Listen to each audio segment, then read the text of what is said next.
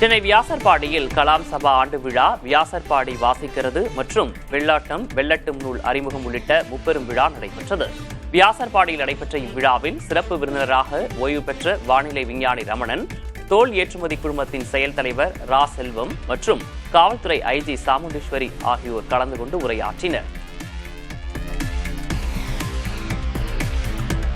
இந்த கலாம் சபா ஒரு நூலகமாக மட்டும் இல்லாமல் இப்போ வீட்டில் படிக்க வசதியற்ற மாணவர்கள், அந்த படிக்கிற சூழல் இல்லாத மாணவர்களுக்கான சூழலை ஏற்பாடு செய்து தருகிறோம்.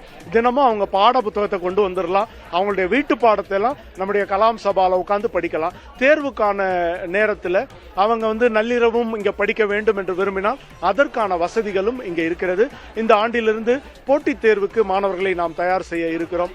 பிறகு கல்வி கட்டணம் செலுத்த முடியாத மாணவர்களுக்கு 5 மாணவர்களை நாம் தேர்ந்தெடுத்து அவர்களுக்கான முழு கல்வி கட்டணத்தையும் கலாம் சபா ஏற்கும் என்பதாக ஒரு திட்டத்தை வைத்திருக்கிறோம்.